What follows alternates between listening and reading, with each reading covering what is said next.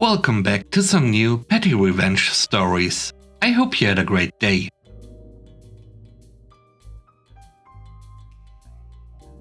The first story is called 9 Months of Mariachi. My neighbor and I have never gotten along. She is generally just an unpleasant person. Loud, obnoxious, vulgar, etc. But to her credit, she does keep a very nice and tidy yard. We also keep different schedules. She works somewhere that she's often coming and going at 3 AM.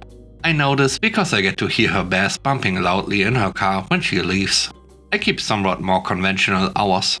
She also gets going with her yard and housework very early in the morning, often involving her beloved leaf blower and, again, bass-heavy garage stereo.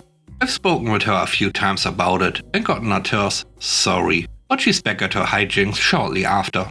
The last time we spoke was last year, when she was running the leaf blower at 7 AM on Sunday. When I asked her to stop, she just said, "I'll be done in just a minute, you can deal with it until then." Fast forward to last week, and cue the petty revenge. We are doing some construction to put an extension on our house. It's a good sized project and will take 9 months or so to finish. We also just got started. It's almost lunch, and the guys are in the backyard hammering and sawing away. And the boombox is blasting mariachi music. They are bantering and laughing away, which doesn't bother me one bit. They are good guys, and I like the music. Knock knock knock on the door, and what to my wondering eyes should appear but my neighbor. She looks a bit haggard. Well, more so than usual anyways. "Hey, I'm trying to sleep over there. Any chance you can ask the workers to turn the radio down a bit? They'll be done in a few months. You can deal with it until then. Have a great day." I got a visit from code enforcement the next day. He checked and found the music didn't exceed the limits. He also got a good laugh when I explained the situation to him, and appreciated the anonymous tip about the unpermitted chat in her backyard.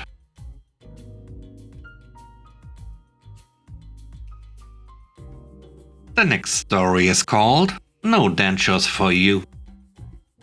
Back when I was 17, I worked at a dental surgery as a receptionist. The first patient of the day was unnecessarily rude to me. She complained to me that the dentist hadn't called her in yet and demanded to know why. I called the dentist, but he didn't pick up the phone. So I told the woman that she would be called in shortly and to please be patient and understanding. She was the first patient of the day. She commented that because I was so young, I probably didn't check her in as rating properly and that I'm useless at my job. But I stayed professional and reiterated that she would be called in shortly. Her dentist called her into his room 30 seconds later and then left her in the chair. He came to me and asked if I could be his temporary dental nurse, as his usual one had not turned up to work. This was why the lady had to wait for so long. 5 minutes. It had nothing to do with me not putting down on the computer that she had not arrived. I walked into the room and the lady's face fell when she saw that I was her dental nurse. She was previously smiley and happy with the dentist, no complaints to him about the wait time. I deliberately didn't suction her mouth properly during her scale and polish because she was so rude to me and it made her gag. She was then rude to the dentist and ripped out her impressions. "A cast of your teeth," before they said, because they also made her gag. She told the dentist that he was useless at his job because of this. The dentist, who had been qualified for 15 years at the time, was annoyed. He explained to her not to rip out the impressions before a test set, because then they were unusable, and tried to do the impressions again, but the same thing happened. After this, the dentist said she would have to rebook her appointment, since he was running late by over 25 minutes at this point, and other patients had begun to complain about the wait times. The dentist told me to book the lady another appointment at reception. By this point, his actual dental nurse had turned up, so he would ask her to clean up and prepare the room for the next patient. When I reached the reception desk, the dentist called me and discreetly asked me not to book her next appointment with him. He told me to book her in with the owner's daughter instead, since she had the authority to refuse service to rude patients. I smiled politely and asked the lady when she would like her next appointment, but she just told me to screw off and stormed out without rebooking. Her husband, who had been seated in the waiting room this whole time, apologized to me for his wife's behavior before he left.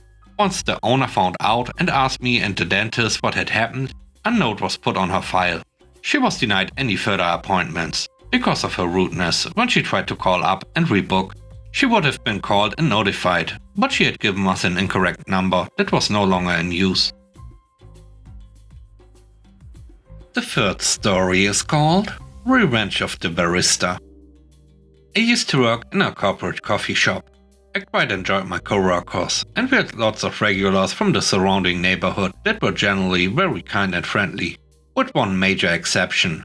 We'll call him Ted. On my first encounter with Ted, I was working the cash register when he came up to order.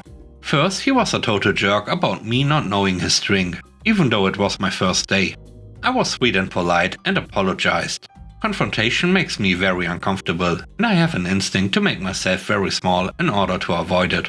Then, as he was walking away, I heard him say some rude words about me, just loud enough for me to hear, but not my co-workers. I heard it clear as day. Later, I told my co-workers what had happened. We were all pretty shocked. They all said Ted was generally a little surly with them, but nothing like that had happened to any of them.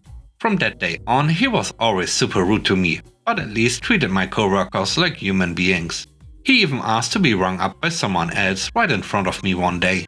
What Ted didn't know was that my co-workers had my back. We all continued to be fake nice, knew his name and drink order, and jumped through the corporate required hoops. But all Ted ever got from us from that day forward was decaf.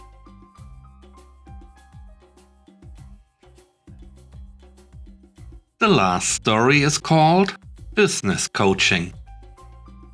This started a year ago.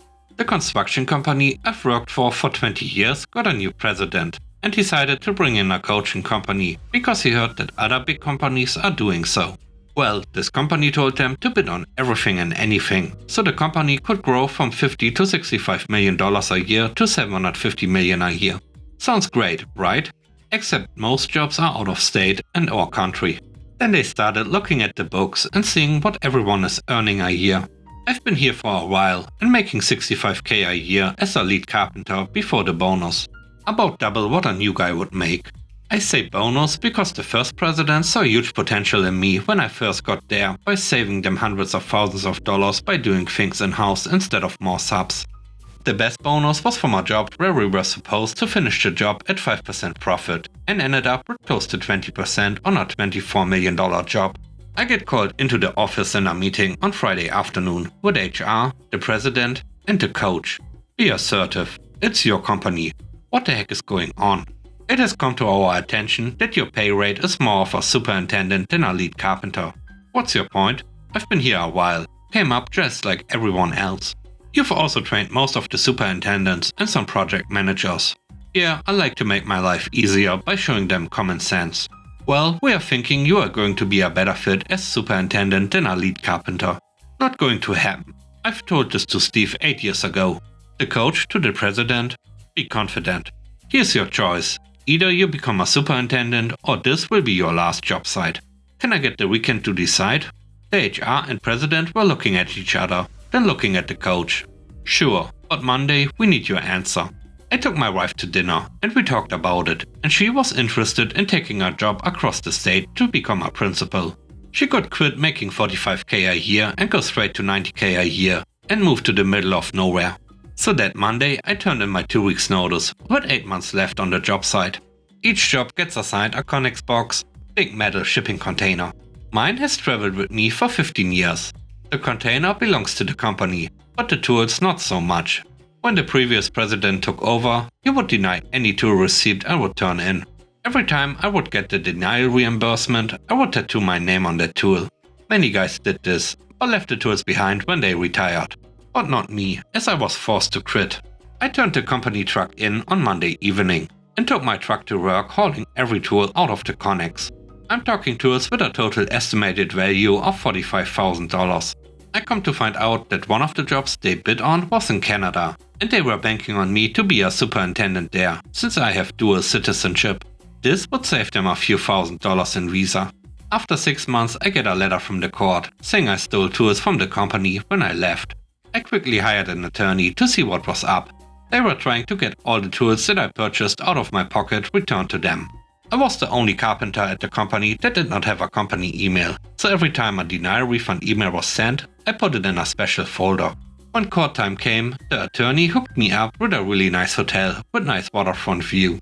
Keep in mind, I only spent $5,000 in retaining fees. So they start on claims court, and the judge is warning my attorney that I could be on the hook for felony theft. And he reserved the choice to call bailiff to escort me straight into federal jail. I'm like, what the heck? But the attorney has a grin on his face and tells the judge no problems. They had changed all the denial letters to release of fund. Now, they had two problems with this. He turned in all the emails printed out that I submitted to him, and they could not provide any evidence that I received any payment. After 4 days of trial, I was acquitted, and they had to pay for the attorney fee, which included my travels and hotel room, getting $5,000 back. They, on the other hand, are in serious trouble for perjury and $30,000 in attorney fees and court costs.